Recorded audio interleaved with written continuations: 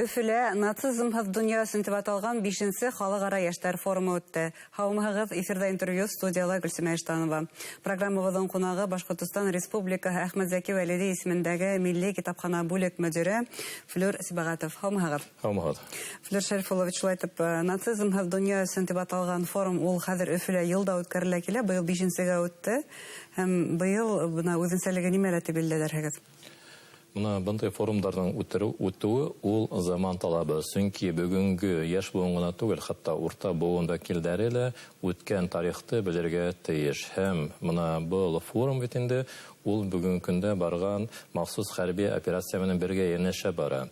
Һәм мына безнең Әхмәтзәки Вәлиди исемендәге Республика Милли китапханаһы күргәзмә оештырды. Һәм мына унда куелган беренче китапта дип әйтәйек бит инде Народ воин, народ победитель дигән китап менән башлап куйдык инде. Һәм мына бөтә күргәзмә һәм дөйм әйткәндә мына бөтә булган ошо сара форум ошо китаптың лозунгы астында үтә дип әйтергә мөмкин. Башкортстан халкы ул еңүчеләр варислары дип әйтергә мөмкин. Башкортстан һәм Россия халкы ул еңүчеләр варислары. Тик еңүде артабанда еңүгә өлгәшерсен, без үдебезнең тамырларыбызны белергә тиешбез. Мына ябай гына мисал бит инде, бу күргәзмәдә шул Бөек Ватан сугышы сырында сыккан китаптар, башка язышларның китаплары булды. Һәм мына Бөек Ватан сугышы башлану менән Бессоновтың 40 елдан ашу басылмай аткан китабы басылып чыга бит инде. Һәм капыл гына мына башкортларның 1212 елгы Ватан сугышында катнашу турында мәсәлән китаптар басылып чыга бит инде. Мына уныгыла әдәбияттың ни тиклем халыкларны берләштерүе һәм үткән тарихты мөһимлеген күрһәтә. Һәм мына Совет хөкүмәте тап ошо күренешләрне һәр вакыт исәпкә алып эшләгән. Һез беренче китапты телгә алып киттегез. Бу форумда күргәзмәләр мугаенда тап һеҙҙең бүлектән ирек китаптар һәм ҡулъяҙмалар бүлегенән байтаҡ ҡына китаптар сығарылғандыр. Мына был күргәзмә ул дөйем бөтә китапхананың булган фондынан ошо сарага бәйле китаптар. Әле һеҙ ысынлап та дөрөс әйттегеҙ. Был сараның көн үҙәк материалдар дип әйтәйек икән, ошо ҡулъяҙмалар һәм һирәк баҫмалар бүлегендәге һаҡланған материалдар. Ысынлап та улар уникаль материалдар. Ҡайһы берҙәрен, мәсәлән, Мәскәүҙәге китапханаларда һәм Ленинградтағы, Санкт-Петербург ҡалаһындағы китапханаларда ғына осратырға мөмкин. Ундай китаптар да бар. Һәм бынан тыш, был китаптар, улар нигеҙҙә әйтергә кәрәк, Бөйөк Ватан һуғышында сыҡҡан, быныһы илдең һәм йәмғиәттең бөйөк еңеүгә ҡарата мөнәсәбәтен күрһәтә. Һәм тағы шуға иҫәпкә әйтеп китергә кәрәк бит инде. Мәсәлән, бына беҙ яҡташыбыҙ Александр Матросовтың батырлығы, ҡаһарманлығы тураһында беләбеҙ. Ләкин ул 1943 йылдың февралендә үҙенең үлемһеҙ батырлығын яһай бит, батырлыҡ эшләй. Шул уҡ йылда, 1943 йылда Александр Матросов тигән бәләкәй ҙур булмаған китап сыға бит, басылып сыға. Бына Бөйөк Ватан һуғышы, һуғыш бара. Шул тиклем оператив рәүештә материалдарҙы бастырып сығарыуҙары. Бына быныһы ла иғтибарҙы йәлеп итә инде. Ул да һеҙҙең бүлектә һаҡланама был китапта. Иҫкерткес. Тағын инде басмалар килгән ҡунаҡтарҙың, форумға килгән ҡунаҡтарҙың иғтибарын йәлеп итте. Бында әйтергә кәрәк, бөтә китаптарда уларҙың төрлө кимәлдә иғтибарын йәлеп итә. Бигерәк тә мына беҙ һыҙыҡ өҫтөнә алабыҙ «Зверство немецких фашистских войск на территорию Советского Союза» тигән китап бит инде. Ул 1942-44 йылдарда басылып сыға. Мына бында инде немец фашисттарының Советтар Союзында ҡылған бәхшелектәрен документлаштырылған был документтар йыйылмаһы. Бында шул уҡ кешеләргә ҡарата бәхшелектәре лә, шул уҡ мәҙәниәт усаҡтары нимереүҙәре лә бөтәһе лә фото төшөрөлгән һәм теркәп барылған. Әйтергә кәрәк, мына ул 1942 йылдың апрель айында ҡабул ителгән указға ҡарарға ярашлы башҡарыла бит инде. Һәм шул уҡ материалдар әйтергә кәрәк, 1945 йылда Нюрнберг процесында дәлил рәүешендә лә файдаланыла. Һәм бындай китап беҙҙең Башҡортостанда һаҡлана? Һаҡлана.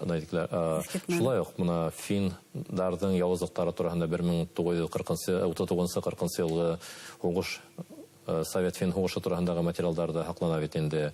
Бынан тыш әйтеп китергә кәрәк, мына беҙҙең Кушнаренко хасабаһында Коминтернтың развед мәктәбе булган бит инде. Һәм менә уның берничә китабы бүгенге көндә Республика милли китапханасында һаклана. Улары шул разведка, контрразведка һәм башка сыганактар инде. Һәм менә бул туралы ошо хәрби тарихсыз дип әйтәйек бит инде.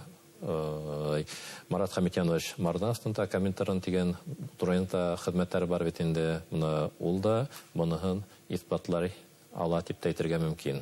Нисек һуң бына Башкортостанда, әлбиттә, һугыш елларында Башкортостан ул зур үзәкләрнең береһе булган, һаклаусы һәм тыл үзәге булып торган дип әйтергә мөмкин. Бына шундый кыйммәтле басмалар, һирәк кулъязмалар, улар безнең китапханага нисек килеп эләккән? Улар бит бөтен ердә таратылмаган, бына һез әйткән басмалар. Менә безнең түгел 1930 елларда махсус һаклау урыннары спецхран төзү турында Үзәк комитеттан карары була. Yanlışmaham, Советтар Союзының 42 калаһында спецхран оештырыла. Шуларның береһе мына Крупская исемендәге Республика милли китапханасында була. Һәм шуның бәйле бездә шул репрессияләнгән язучыларның да Бөек Ватан һугышында мына әлеге Коминтернның да китапларының шуның аркасында килеп инүе мөмкин. Һәм иң мөһиме, мына шуның аркасында улар бүгенге көнгә тиклем һакланып калган. Әгәр дә мәсәлән унда иртәгә спецхран булмаһа, һаклау шартлары булмаһа, улар да юкка сыгуы ихтимал ине. Шуның менән бәйле мәсәлән мына безнең әйттек бит инде язучылар, репрессияланган язучылар, бунан тыш 19-нчы бут язучыларында әсәрләре, матбугат органнары ошо китапханала һаклана. Һәм бына һез әйттегез, кайһы бер экземплярдар хатта Мәскәүдә һәм Санкт-Петербургта һәм Өфөдә генә бар килеп сыга шундый кыйммәтле китаптар. Бына шундый кыйммәтле китаптар белән танышу мөмкинлеге булган форумда әйткәндәй бу халыкара яшьтәр форумы дип аерым билдәләнә, һыдык өстенә алына. Ысынлап та бу яшьтәр өчен ни өчен кирәк бүген бына кайһы бер илдәр дөнья тарихын, Россия тарихын гына түгел, дөнья тарихын булып күрһәтергә теләгән усурда әһәмияте шундый форумның. Бүгенге яшьтәр нигездә мәгълүматты интернеттан ала. Интернетка безбенистә нәрикләрдән тулы дәлилле сыганак дип әйтә алмайбыз. Чөнки һәркем унда үзенчә бутави, дөресен әйткәндә бутави инде кертә. Бердән-бер сыганак, объектив сыганак тап ошо китаптар. Һәм менә мәсәлән шул китаптардагы яшьтәр анда һугыш усурының фаҗигаһен, шулай ук мына концлагерларда фаҗигалар, уңынан немец фашистларының вәхшилектәрен күргәндән һуң, улар бөтенләй тормышка икенче төрле караячаклар. Чөнки был снапта сыганак. Уңынан тап ошо материалдар нигезендә генә дөрес фикер йөртергә мөмкин. Интернетта күп булып теге һәркем һәрбер сәяси фирка дип әйтергә мөмкин бит инде һәрбер ил булганса түгел. Шуңа күрә әгәр дә яшьтәр менә бу форумда актив катнашалар икән, димәк улар ил һөярлек менән дә бәйле. Моннан тыш менә безнең күргәзмәләр 1941-45 елда сыккан башкорт язучыларының китаплары махсус рәвештә куелды. Шул ук фронт фольклоры, шул ук мәсәлән Кадир Даяндың, Якуб Колмой, Сагит Агеш һәм башка язучыларның, Ханиф Кәрим һәм башка язучыларның китапларында урын алуы. Чөнки әгәр дә кеше үзенең милли әдәбиятын, мәдәниятен белә икән, тамырларын белә икән, димәк бит инде ул илдән дә тамырларын белә. Чөнки менә бая әйтеп киткән, солдат әйтеп киткәнсә, 1212 елда Ватан һугышы турында совет идеологияһы ни өчен күтәрде? Чөнки башкортлар ысынапта Россия тарихында һәр вакыт илде һаклап яуга күтәрелгән.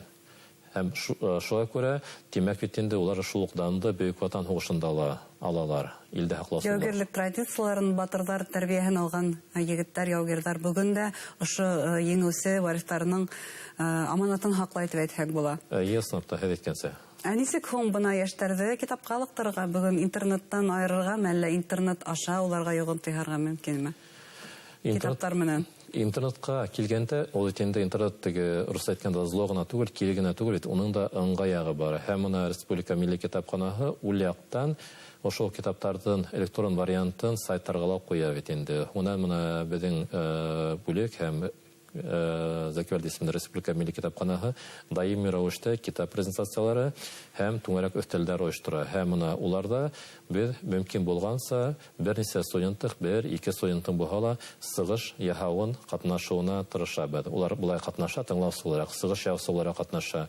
Әйтеп булмай 100% катеклем алыктырабыз дип. Хатта бер-ике кеше генә ылыгып китһә, һәрбер сарала моныһы зур уңыш дип әйтергә мөмкин. Әйткәндәй, ошарала библиотекалар төне үтәргә тора, шулай бит. Әйе. Килһендәр, күрһендәр уш китаптарда, кызыксынырсындар, шулай бит. Ул менә махсус рәвештә күргәзмә безнең бар, һәм менә килгән кешеләр улар менән дә карай һәм таныша ала. Зур рәхмәт әңгәмәгезгә. Хөрмәтле тамашачылар, студиябызның кунагы Башкортстан Республикаһы Әхмәт Зәки Вәлиди исемендәге Милли китапхананың бүлек мөдире Флүр Сибагатов булды. Игътибарыгызга зур рәхмәт.